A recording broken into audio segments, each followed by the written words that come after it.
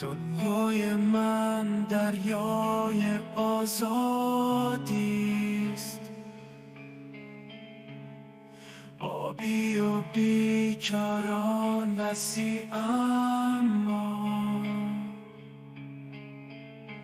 به تنگه چشمانت که میرسم تنگ میشه و وقت سخت میشو،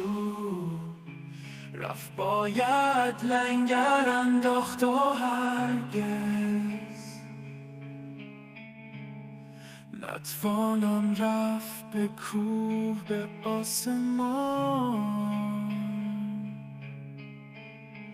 من همیشه هم به تنگهی چشمانت سفر